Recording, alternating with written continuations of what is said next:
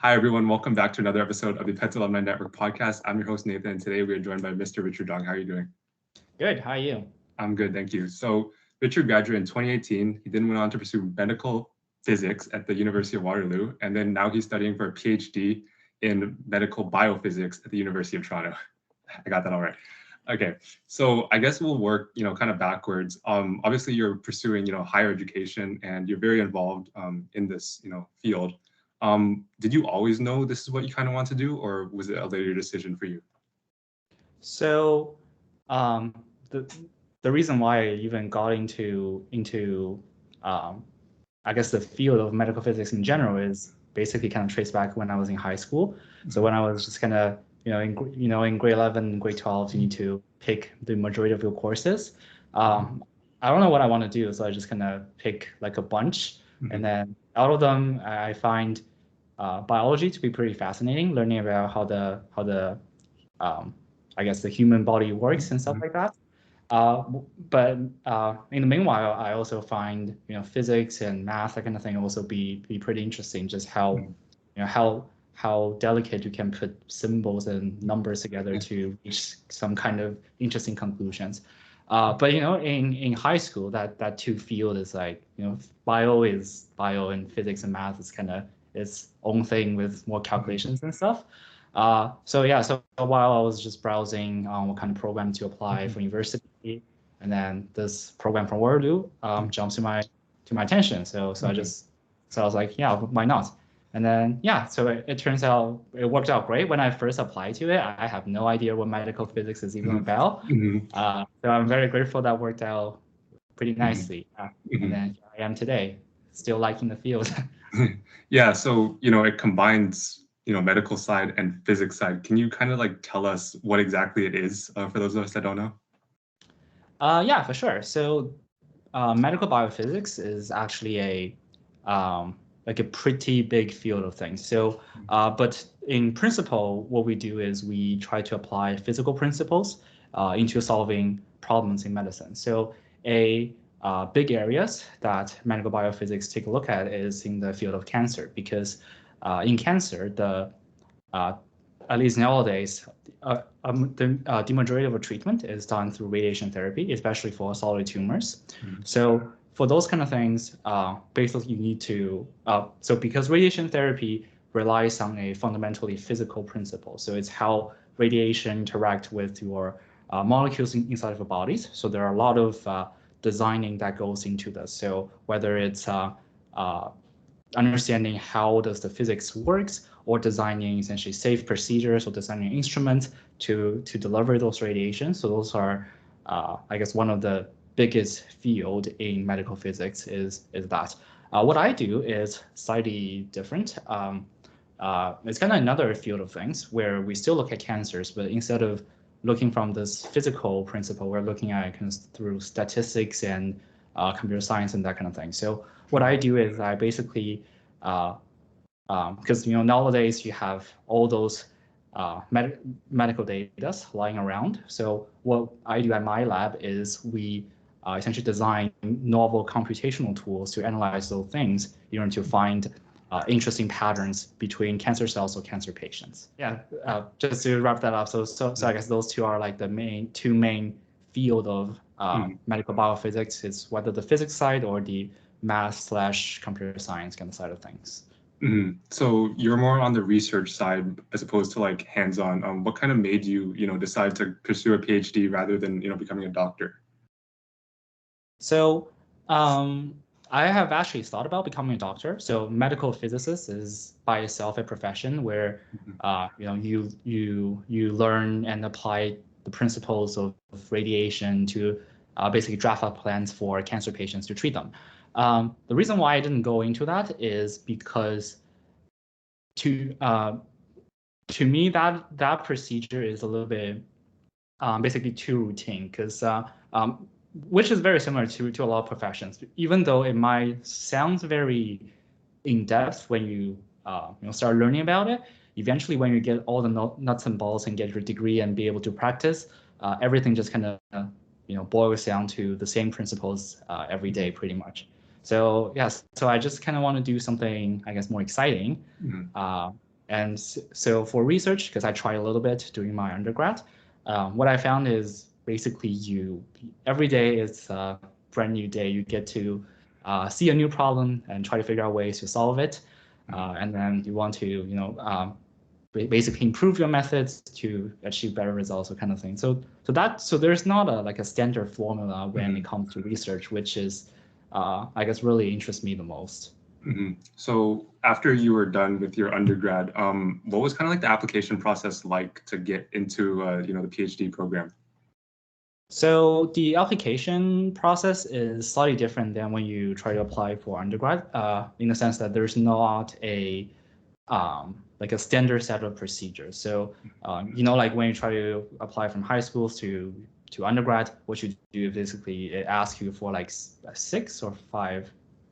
Well, anyway, a list of courses, and then maybe there is something you need to write about, and then maybe some programs come with like a video interview, but that's pretty much it, right?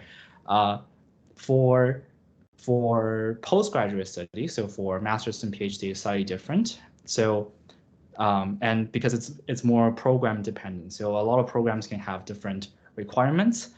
For example, the program at U of T that I applied to, so you need to first submit what we call letter of intent. So basically write about why you want to apply to this particular program. And then of course, you need to submit your transcript from undergrad. What else do you need? And there's also this reference process. So you have to contact someone from the academia that you have known you. So probably your professors from undergrad study. So I think 2 of them have to write a reference for you, basically saying that why you're a good fit for the program. And then after that, if they think everything looks good, they will contact for interview, and then they will make decision from there. But this is, solely for the program of medical biophysics at U of T.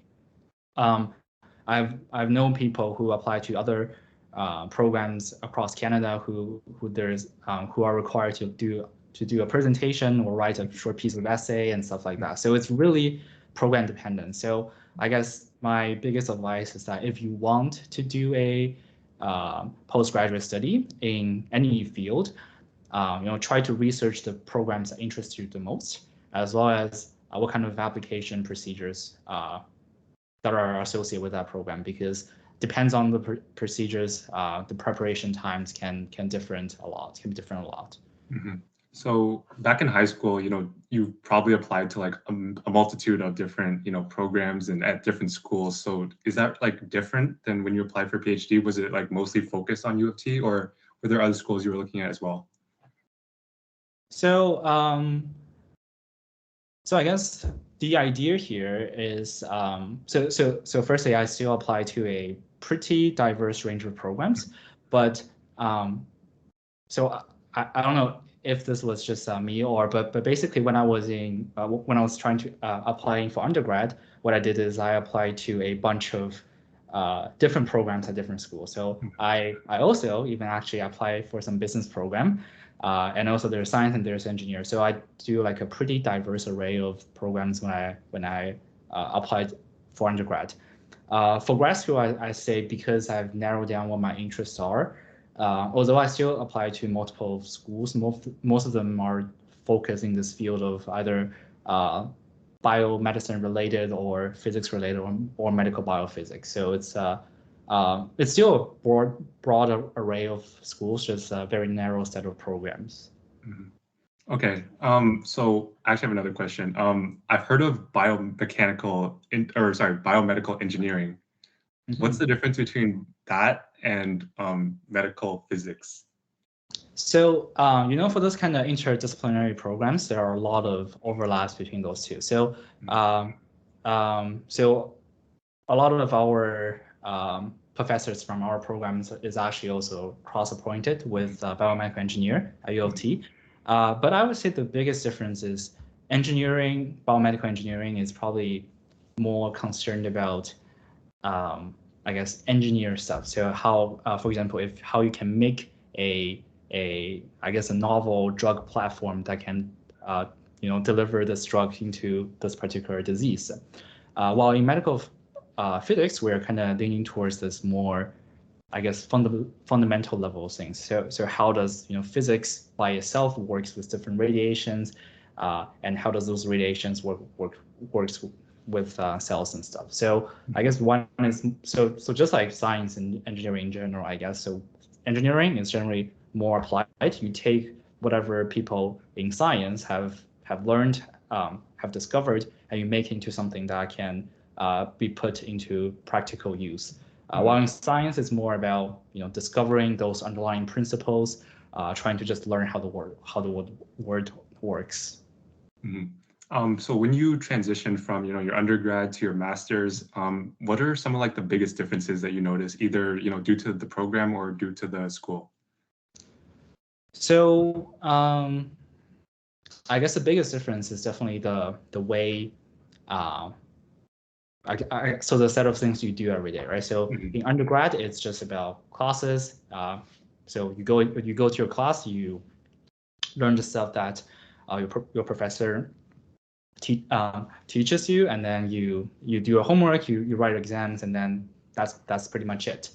While at grad school, so actually there's like two types of grad school. So there's a course-based grad school. So that's mainly for masters, where basically you repeat the same process but for a shorter duration of time, usually 1 to 2 years.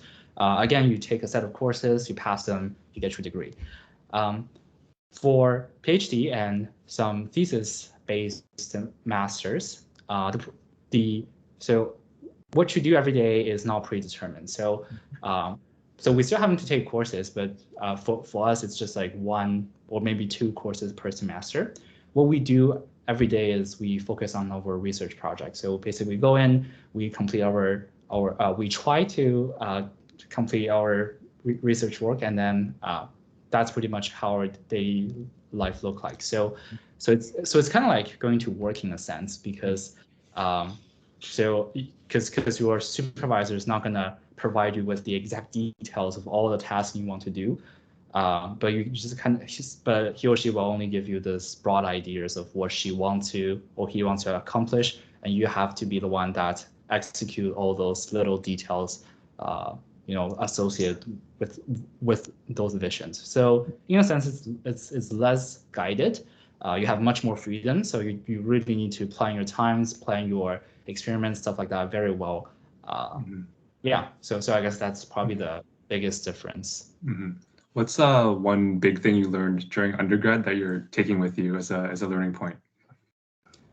I would say definitely the time management aspect of things, because just trying to plan things before doing them can actually save you a lot of time, because it turns out a lot of things can be done in parallel, or if you complete one thing before another, that will make the entire process much more efficient. So, especially during COVID, where basically everything, just kind of went out of control, you're having that sense of control by knowing what you want to do, at different time of the week is really helpful for not only getting things done, but also just for your mental health in general.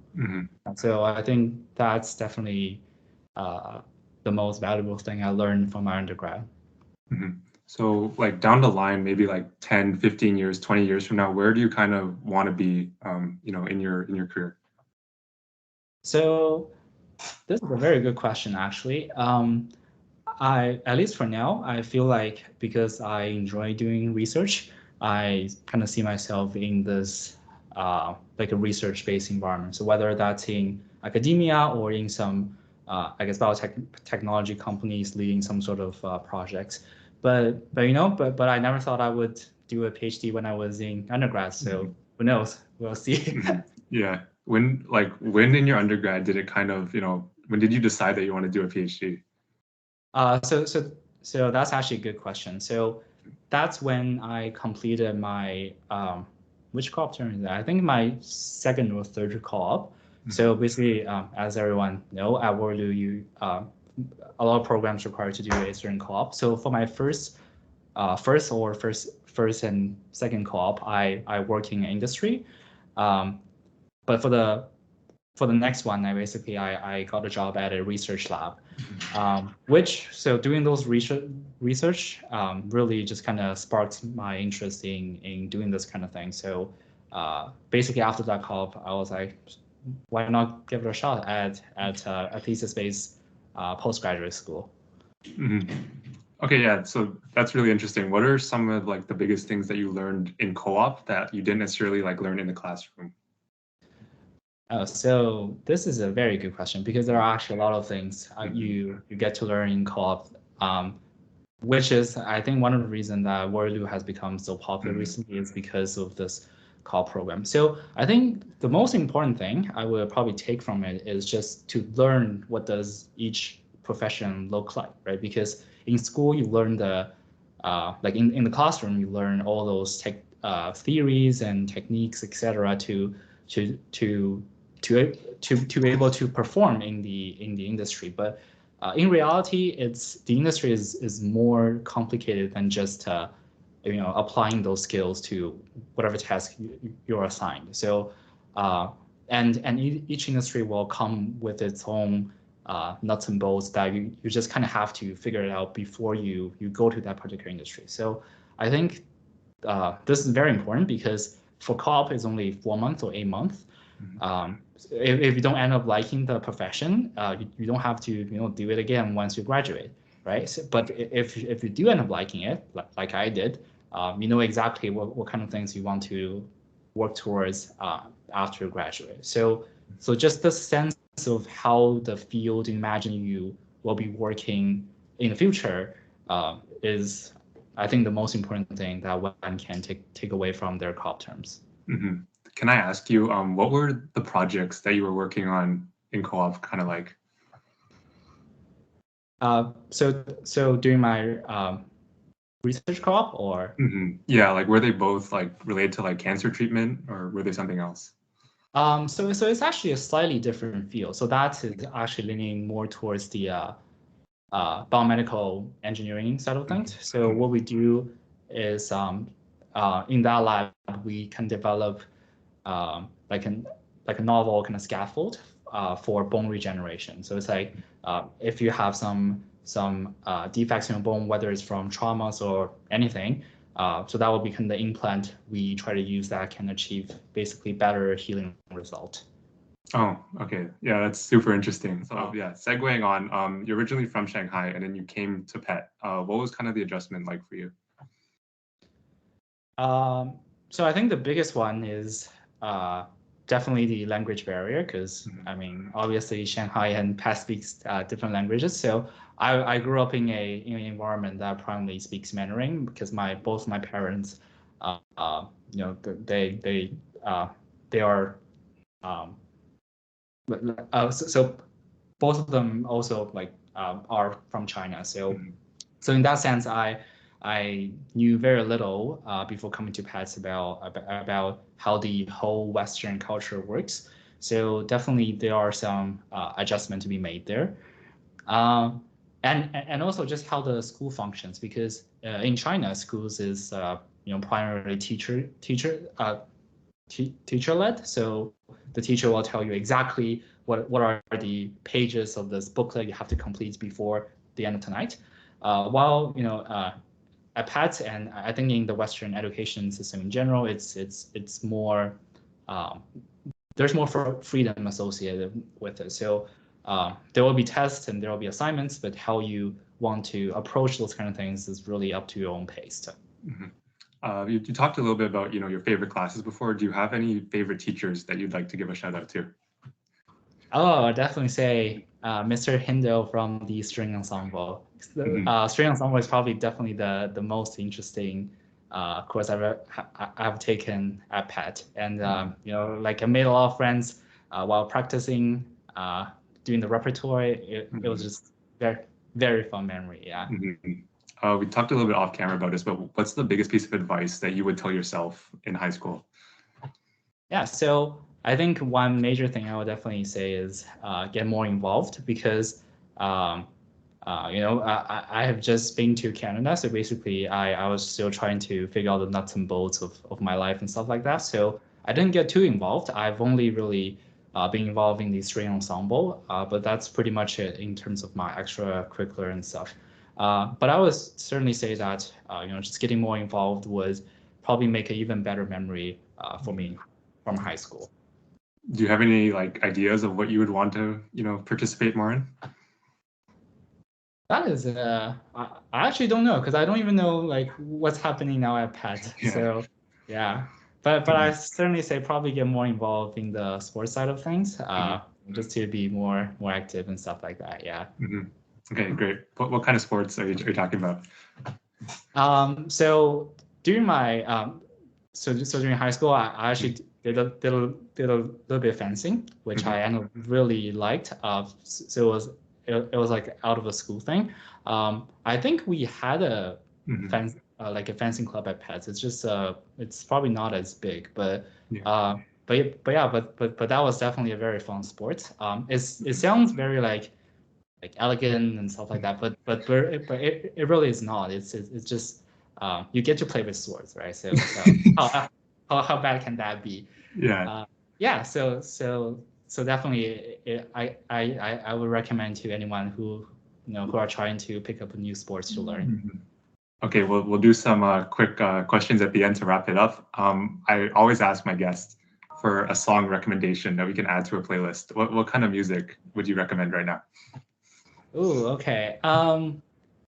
Right now, so I haven't been caught up with the English Billboard for quite a long time. Right now, I'm trying to listen to some Japanese and Mandarin songs. But in terms of, but I certainly do have some recommendations from those two lists. So there's one of my current most favorite artists is called YOASOBI, who is from Japan and who has like a multiple hits last year's. And my favorite song from her is probably so there's one called Run Into the Dark, which is very, very good. So I would like if you're into Japanese songs and stuff, I would definitely recommend that. Thank you. Yeah, we'll add that. I ask every guest and we'll make a playlist of everyone's songs. Okay, if you had $1 million right now, what would you do with that money? That is a good question. I don't know, probably travel around the world because I really enjoy traveling. I think there are a lot of interesting things to see around the world, just to experience different cultures and stuff. Yeah, but that costs a lot of money, so I don't get to do that every day, unfortunately. So I'm actually very jealous for those YouTubers who make vlogs just around the world and then they make plenty of money. That would be my dream life actually, but I'm probably not that talented to make vlogs and stuff. Yeah, but certainly traveling would be very high on the list if I have $1 million today. Do you have any like places that you want to go to specifically? I'd say probably Northern Europe, so like Finland, Denmark, that kind of thing. I've always been wanting to go, but I never really got the chance, at least not until now. I would definitely go there too. Okay, so we'll wrap it up. What's your favorite food? Probably ramen. Ramen? Like Japanese ramen. Yeah, as you can probably already tell, I'm a pretty like I'm into a lot of Japanese things. Do you have a favorite ramen place in Markham? Oh, in Markham, no, but I can certainly give you some recommendation if you come to Toronto. So there is one, so there is a Hokkaido ramen place right next to the Eaton Center, so at Dundas and Yonge. So yeah, so definitely go check that one out. That is very, very good. So Waterloo is just kind of like this town that's pretty quiet, and Waterloo is this like bustling place with a lot of crazy stuff happening all the time. I think for now I'm leaning towards Toronto just because I like big cities. I like getting around big cities. I think it's much more much easier than driving a lot of those suburbs. So and also there's just more opportunities at big cities in general. Not regardless that's whether that's in research or in business or anything really. there are simply more opportunities in Toronto compared to Waterloo. So as for now, I guess I would lean towards Toronto. But who knows? Maybe when I get older, I like quieter place, and if that happens, I'll definitely lean towards Markham or Waterloo. Yeah. Would you ever consider working like internationally? I've thought about that. I think it would be cool, but it's just because I'm I guess I'm a pretty like realistic person, so I kind of consider all those things like what happens if I actually do go abroad and stuff. It's just because I don't think it's like very sustainable to, at least for me personally, to kind of build a place, like in another country, because both my parents and lives in Canada. So I think if I like decide to go to a third country other than China or Canada, it might be hard for my family to adjust. So in that sense, I'm probably leaning towards staying in Canada. Okay. No, I love that answer. It's a great answer. Okay, so last question for you. If you could nominate another PET grad to be on this podcast, who would it be? This is interesting. I say Wendy. So Wendy Jai, who went to Western for medical sciences, and I think now is doing a degree at the optometry school at Waterloo. So I think because for me, you hear the research side of stories, but if you invited Wendy, she can definitely tell you about the actual practical side of medicine and how does that work, that kind of thing. No, that'd be amazing. Appreciate it. So thank you so much for your time. We learned a lot about, the different sides of science, the research side specifically. Do you have any closing remarks for us? I guess just do something you like, whatever that thing might be. Just if you do something you like every day, that doesn't even feel like work. Perfectly said. Okay, so thank you so much, everyone. We'll see you next week. Thanks for watching. Peace out. Thank you.